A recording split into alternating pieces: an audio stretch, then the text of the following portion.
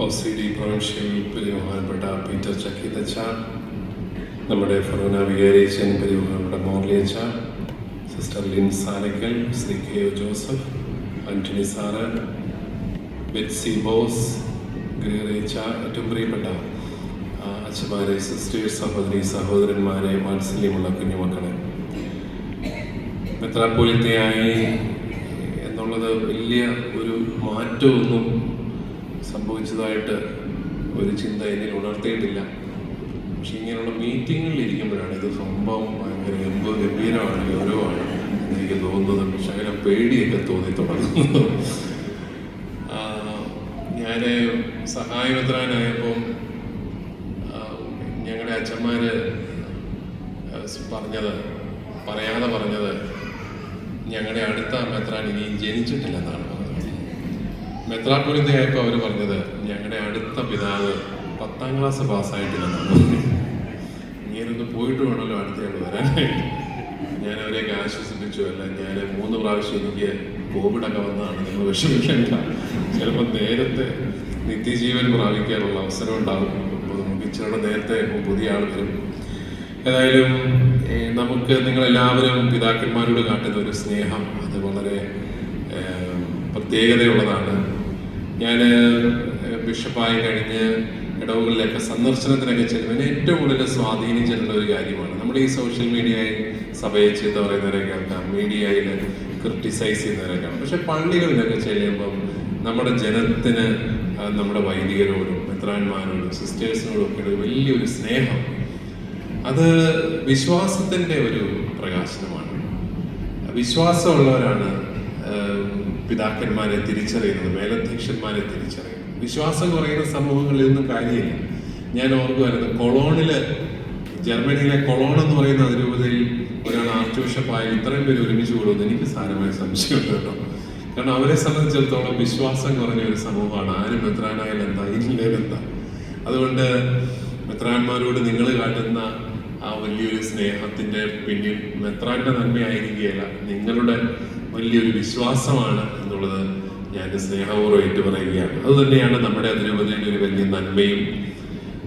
നമ്മുടെ അതിരൂപതയിൽ എനിക്ക് വലിയ ഭയപ്പാടുകളൊന്നുമില്ല. കാരണം നമുക്ക് നല്ല ഒരു വൈദിക സമൂഹമുണ്ട്, ഒത്തിരി ദൈവവിളികളുണ്ട്. നമുക്കിനി അടുത്ത 3 വർഷത്തിനുള്ളിൽ നമ്മുടെ വൈദികരുടെ എണ്ണം വലിയ കുഴപ്പമൊന്നും സംഭവിച്ചില്ലെങ്കിൽ 550 ആകാൻ പോവാണ്.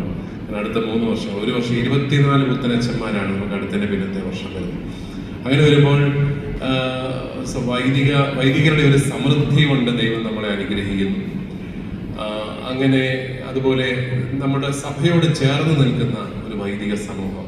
അഭിമന്യ പൗത്യ പിതാവിൻ്റെ കാലത്താണ് ഞങ്ങളൊക്കെ സെമിനാരിയിൽ ചേരുന്നത്. അദ്ദേഹം മുതലാണ് കുറച്ചൊക്കെ അടുത്തറിയുന്നത്. പിതാവിൻ്റെയൊക്കെ ഒരു പരിശീലനത്തിൻ്റെ പ്രത്യേകത എപ്പോഴും സഭയോട് ചേർന്ന് നിൽക്കാനുള്ളതായിരുന്നു. അതുകൊണ്ട് തന്നെയാവാം ഈ അതിരൂപത 5 സിവിൽ ഡിസ്ട്രിക്റ്റുകളിലായിട്ട് പരന്നു കിടക്കുകയാണ്, കോട്ടയം മുതൽ തിരുവനന്തപുരം വരെ. പക്ഷേ നമ്മുടെ സഭാ സമൂഹത്തിൽ വലിയ കോളിളക്കങ്ങളൊന്നും ഇല്ലാതെ ഒരു മനസ്സോടെ ഒരുമിച്ച് നിൽക്കാൻ നമുക്ക് സാധിക്കുന്നത് ഈ നല്ല പരിശീലനം ഉള്ളതുകൊണ്ടാണ്. ദൈവജനത്തിന് നമ്മൾ ആ പരിശീലനം കൊടുത്തിട്ടുണ്ട്. അതുകൊണ്ട് തന്നെ എനിക്ക് വലിയ ഭയപ്പാടുകളൊന്നുമില്ല. പിന്നെ സഭ നമ്മുടേതല്ലല്ലോ, കർത്താവിൻ്റെതാണ്.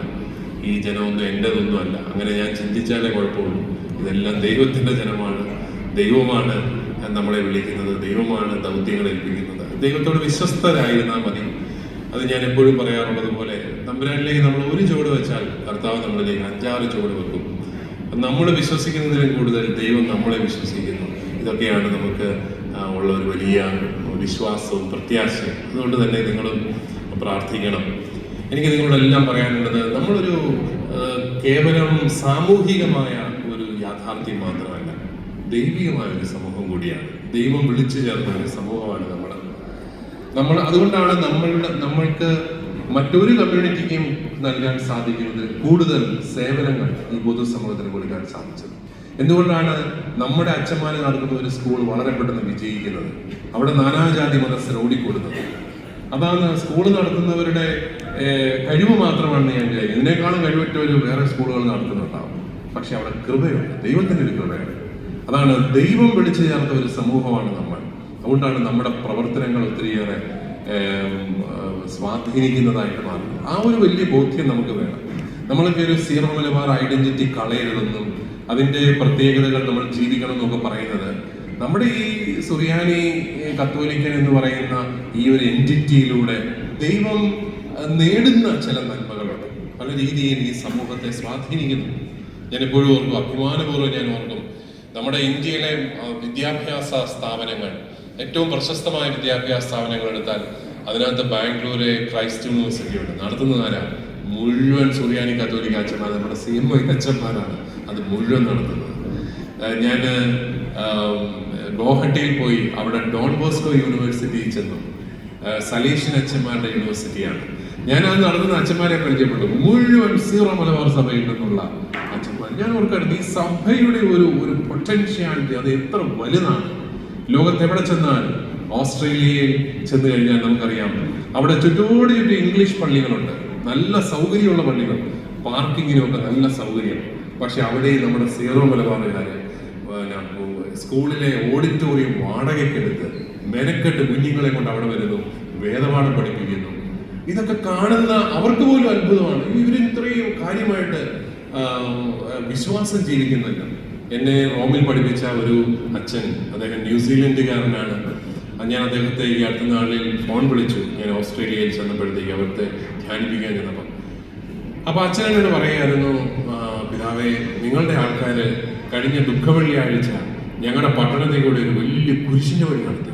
ഞങ്ങളെല്ലാം കൗതുകം പോലെ അത് നോക്കി നിന്നു. അപ്പോഴാണ് ഞങ്ങൾ ഓർത്തെടുത്തത്, നമുക്കും പണ്ട് ഇതൊക്കെ ഉണ്ടായിരുന്നു, നമ്മളത് നിർത്തിയത് അഭിമാനിത ഇപ്പോഴും കുരിശിന്റെ വഴി നടത്തി നടക്കുകയാണ്. അത് അദ്ദേഹം പറഞ്ഞത്, ഞങ്ങൾ മറന്ന ആത്മീയതയെ ഓർമ്മിപ്പിക്കാൻ ഇന്ത്യയിൽ നിന്ന് കുറെ മനുഷ്യര് സീറോ മലബാറുകാർ ഇവിടെ വരേണ്ടി വന്നു. ഇവിടെ ഒരു ഓർക്കുമ്പോൾ അഭിമാനമുള്ള ഒരു ചരിത്രമാണ് നമ്മുടെ സഭയുടേത്.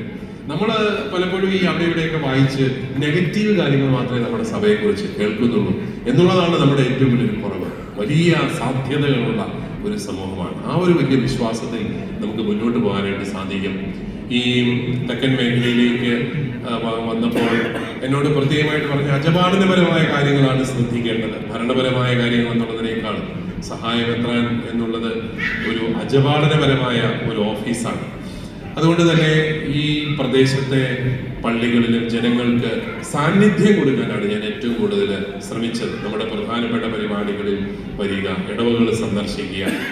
ഞാൻ അമ്പൂരി പ്രദേശത്ത് ചെന്നപ്പോൾ എനിക്കും തോന്നി ഇവിടുത്തെ വീടുകളിലൊക്കെ ഒന്ന് പോയേക്കാം. അങ്ങനെ ഞാൻ കുറേ ഇടവകകളിൽ എല്ലാ വീടുകളും സന്ദർശിച്ചു. അപ്പോഴാണ് അവിടെ നമ്മുടെ നാടാർ സമൂഹത്തിൽ നിന്നുള്ള നമ്മുടെ സഹോദരങ്ങൾ താമസിക്കുന്ന ചില വീടുകൾ കണ്ടപ്പോഴാണ് നമുക്ക് സങ്കടം വന്നത്. വീടുകളാണ്, മണ്ണുകൊണ്ടുണ്ടാക്കിയ വീടുകൾ. അങ്ങനെയാണ് നമ്മൾ തെക്കൻ മേഖലയുടെ ഭവന പദ്ധതി ആവിഷ്കരിച്ചത്. നിങ്ങൾക്ക് എല്ലാവർക്കും ഞാൻ കത്തൊക്കെ തന്നായിരുന്നു, പലരും അതൊന്നും വായിച്ചൊന്നുമില്ല. ഏതായാലും അങ്ങനെ ഭവന പദ്ധതി ആരംഭിച്ചു. കുറച്ച് സഹായങ്ങൾ പള്ളികളെല്ലാം, നമ്മുടെ എല്ലാ പ്രദേശത്തുള്ള പള്ളികൾ, ഞാൻ എല്ലാ പള്ളികളോടും 3 ലക്ഷം രൂപയെങ്കിലും തരണം, നമുക്കിവിടെ നമ്മുടെ ആൾക്കാർ ഇങ്ങനെ കിടക്കാൻ പാടില്ല, നമുക്ക് നല്ല വീട് പണിത് കൊടുക്കണം. അപ്പോൾ അങ്ങനെ അവർ കുറച്ചുപേരൊക്കെ സഹായിച്ചു തുടങ്ങി. അങ്ങനെ വന്നപ്പോഴത്തേക്കുമാണ് വലിയ വെള്ളപ്പൊക്കം വന്നു. 2018 വെള്ളപ്പൊക്കം വന്നു. അവർക്ക് അങ്ങോട്ട് സഹായം കൊടുക്കേണ്ട അവസ്ഥ വന്നു. അങ്ങനെ നോക്കുമ്പോൾ ഞാൻ ഓർത്ത് ഇത് നടക്കുകയില്ല എന്നോർത്തു. അങ്ങനെ ഇരിക്കുകയാണ് ഞാൻ ഓർക്കാൻ ജീവിതത്തിലെ ഓരോ അത്ഭുതങ്ങൾ. അങ്ങനെ ഇരിക്കുകയാണ് നമ്മുടെ തള്ളകത്ത് നമ്മുടെ ഒരു സെബാസ്റ്റ്യൻ കുന്നത്തച്ഛനുണ്ട്. അച്ഛനെ ജർമ്മനിയിലെ അമേരിക്കയിലെ ശുശ്രൂഷ, അച്ഛനെ പ്രധാനപ്പെട്ട ദൗത്യം വീട് പണിത് കൊടുക്കുക എന്നുള്ളതാണ്. അദ്ദേഹം വയോധികനായി. അപ്പൊ അച്ഛനെ കാണാനായിട്ട് ഞാൻ കയറിയപ്പോൾ ഞാനിങ്ങനെ അച്ഛനോട് ഈ കാര്യം പറഞ്ഞു, ഇവിടെ തെക്കൻ മേഖലയിൽ വീട് പണിതുകൊണ്ടിരിക്കുകയാണ്. അദ്ദേഹം ഒന്നും മിണ്ടിയില്ല. ഞാനടുത്ത് പുള്ളി എങ്ങനെയും തരുമെന്ന് ഒന്നും മിണ്ടിയില്ല. പിന്നെ കാപ്പിയൊക്കെ തന്ന് പറഞ്ഞു വിട്ടു. 2-3 ആഴ്ചയെല്ലാം കഴിഞ്ഞിട്ട് അദ്ദേഹം ഒരു ദിവസം ഞാൻ എവിടെയോ യാത്രയൊക്കെ കഴിഞ്ഞ് വന്നപ്പോഴത്തേക്ക് അദ്ദേഹം എന്നെ വിളിച്ചിട്ട് പറഞ്ഞു, 1 കോടി രൂപ പിതാവിന് തരാൻ പോവാണ്. എന്തിനാണ്? 25 വീടുകൾ പണിത് കൊടുക്കണം, 4 ലക്ഷം രൂപ വീതം.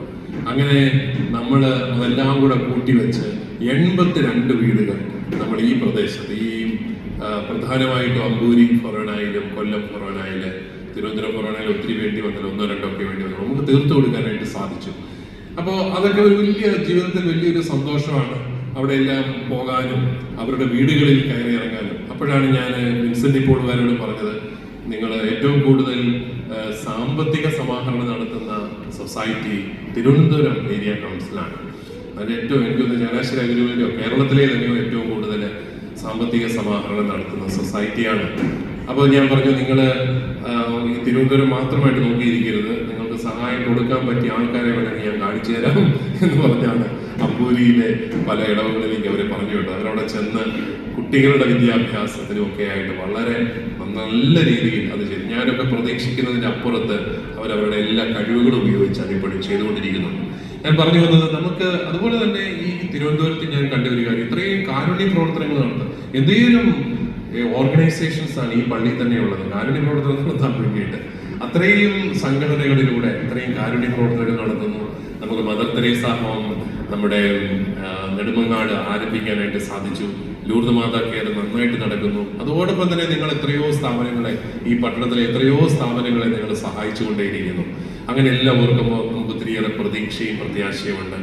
നമ്മൾ ഇതിൻ്റെ ഇടയ്ക്കാണ് നമ്മുടെ ലൂർദ് മാതാ എഞ്ചിനീയറിംഗ് കോളേജൊക്കെ ഏറ്റെടുത്തത്. നമുക്കതിൻ്റെ സാമ്പത്തികമായിട്ടുള്ള അതിൻ്റെ കാര്യങ്ങളൊന്നും നമുക്ക് പൂർണ്ണമായിട്ട് ചെയ്യാനായിട്ട് സാധിച്ചില്ല. നമുക്കറിയാം, മെത്രാന് തന്നെയായിട്ട് സാമ്പത്തിക സമാഹരണം നടത്താവുന്ന കാലമെല്ലാം കഴിഞ്ഞു. പണ്ടൊക്കെ നമ്മൾ വിദേശത്തൊക്കെ പോയി ചോദിച്ചു കഴിഞ്ഞാൽ മെത്രാമാൻ ചോദിച്ചാൽ വല്ലതും കിട്ടുമായിരുന്നു. ഇപ്പം അങ്ങോട്ട് ചെന്നാൽ അവിടെ പള്ളിയിലൊന്നും ആളില്ല, ആരോട് ചോദിക്കാനാണ്. അപ്പോൾ ഈ നമ്മൾ തന്നെ അതേസമയം നമുക്ക് തന്നെ ഒത്തിരിയേറെ ചെയ്യാൻ സാധിക്കും നമ്മുടെ സ്ഥാപനങ്ങൾക്കൊക്കെ വേണ്ടി. അപ്പോൾ ആ രീതിയിലൊക്കെ നമുക്കത് ഏറ്റെടുക്കാനും നമുക്ക് നമ്മുടെ ഏറ്റവും നല്ല മികച്ച ഒരു കോളേജായിട്ട് അങ്ങനെ വളർത്തിയെടുക്കാനും ഒക്കെ സാധിക്കും എന്നുള്ള വലിയൊരു പ്രതീക്ഷ എനിക്ക് ഇപ്പോഴും ഉണ്ട്. തീർച്ചയായിട്ടും എൻ്റെ പ്രത്യേകമായൊരു ശ്രദ്ധ ആ സ്ഥാപനത്തിൽ എപ്പോഴും ഉണ്ടാകും എന്നുകൂടി ഞാൻ പറയുകയാണ്. നിങ്ങൾക്ക് എല്ലാവർക്കും ഞാൻ നന്ദി പറയുന്നു. പ്രിയമാരുടെ മോർലി അച്ഛന് പ്രത്യേകം നന്ദി പറയുന്നു. അച്ഛൻ പല ഘട്ടമായിട്ടാണ് ഈ സ്വീകരണം നടത്തുന്നതാണ് എനിക്ക് തോന്നുന്നത്. ഇനിയും നിങ്ങളെ വിളിക്കുന്നുണ്ടെന്ന് തോന്നുന്നു നവംബർ മാസത്തിൽ. അപ്പോൾ തീർച്ചയായിട്ടും എനിക്കൊരു സന്തോഷം, നിങ്ങളെല്ലാം അങ്ങനെയെങ്കിലും കുറേ നേരം ഇവിടെ വന്നിരിക്കുമല്ലോ എന്നോർത്താണ് ഞാൻ ഇതിനെല്ലാം ഇരുന്ന് വരുന്നത്. അല്ലെങ്കിൽ നിങ്ങളെ കിട്ടാനും പാടാണ്. അപ്പം നമുക്ക് മോർലി അച്ഛനെ ഞാൻ പ്രത്യേകം നന്ദി പറയുകയാണ് ഇതെല്ലാം ഓർഗനൈസ് ചെയ്തതിന്. അച്ഛനെ ഇവിടെ വിട്ടപ്പോഴും എനിക്ക് ഒരു കാര്യത്തിൽ വിശ്വാസം ഉണ്ടായിരുന്നു, അച്ഛൻ എന്നതെങ്കിലും ഇവിടെ ഒപ്പിച്ചു പോകും ഏതായാലും. കാരണം അച്ഛൻ്റെ മനസ്സ് ഊർജ്ജസ്വലമായ ഒരു മനസ്സാണ്. അച്ഛന് വെറുതെ ഇരിക്കാനായിട്ട് സാധിക്കില്ല. അച്ഛൻ ഇരുന്ന ഇടവകളിലെല്ലാം എന്തെങ്കിലുമൊക്കെ വലിയ സംഭാവനകൾ സഭാസമൂഹത്തിൽ ചെയ്തിട്ടുണ്ട്. ഇപ്പൊ നമ്മൾ ലൂർദിൽ വരുമ്പോൾ ലൂർദിന്റെ മുഖച്ഛായ തന്നെ മാറി. ഇവിടെ നമ്മുടെ ഒരു രൂപതാ കേന്ദ്രമാകാനുള്ള എല്ലാ യോഗ്യതകളോടും കൂടി ഈ മനോഹരമായ ഈ ദേവാലയത്തെയും ഈ ഹാളിനെയും അതുപോലെ നമ്മുടെ പാർക്കിംഗ് സൗകര്യം എല്ലാം അച്ഛൻ ക്രമീകരിച്ചു. അതുപോലെ എനിക്കൊന്ന് അച്ഛൻ നിങ്ങളുടെയൊക്കെ വീടുകളിൽ പല പ്രാവശ്യം വന്ന് കാണും എന്ന് ഞാൻ വിചാരിക്കുകയാണ്. അപ്പൊ അങ്ങനെ ഈ തലസ്ഥാന നഗരിയിലെ നമ്മുടെ സാന്നിധ്യം കുറച്ചുകൂടെ ഒന്ന് സജീവമാക്കാൻ അച്ഛൻ നൽകിയ സേവനത്തിനും പ്രത്യേകമായിട്ട് ഞാൻ നന്ദി പറയുകയാണ്. ഞാൻ എങ്ങും പോകുന്നൊന്നുമില്ല, ഞാൻ ഇവിടെ തന്നെയൊക്കെ ഉണ്ടാവും. തീർച്ചയായിട്ടും തിരുവനന്തപുരത്ത് ഒരു പക്ഷേ ചങ്ങനാശ്ശേരി അരമന കഴിഞ്ഞാൽ പിന്നെ ഏറ്റവും കൂടുതൽ ദിവസം കിടന്ന് ഉറങ്ങിയത് ഇവിടെയാണ്. ഇവിടെ നമ്മുടെ ഓഫീസ് ഉള്ളതുകൊണ്ട്. എങ്കിലും മാസത്തിൽ ഒരിക്കലെങ്കിലും ഒരു വീക്കെൻഡെങ്കിലും ഈ കൊല്ലം, തിരുവനന്തപുരം, ഫൊറോനകളിൽ ചെലവഴിക്കണമെന്നുള്ള ആഗ്രഹമാണ് എനിക്കുള്ളത്. ആ രീതിയിൽ നമുക്ക് ഒരുമിച്ച് നിൽക്കാം, നമ്മുടെ സഭയെ നമുക്ക് കൂടുതൽ സ്നേഹിക്കാം. ഇത്രയും കഴിവുള്ള, ഇത്രയും സാധ്യതകളുള്ള ഒരു സമൂഹം തിരുവനന്തപുരത്ത് മാത്രമേ ഉള്ളൂ. അതുകൊണ്ട് തന്നെ സഭയുടെ നന്മയ്ക്കായിട്ട് അതെല്ലാം ചെലവഴിക്കാൻ നിങ്ങൾക്ക് സാധിക്കട്ടെ എന്ന് ആശംസിച്ചുകൊണ്ട് നിങ്ങൾ പറഞ്ഞ എല്ലാ നല്ല വാക്കുകൾക്ക് നന്ദി പറഞ്ഞുകൊണ്ട് എൻ്റെ വാക്കുകൾ ഞാൻ അവസാനിപ്പിക്കുന്നു.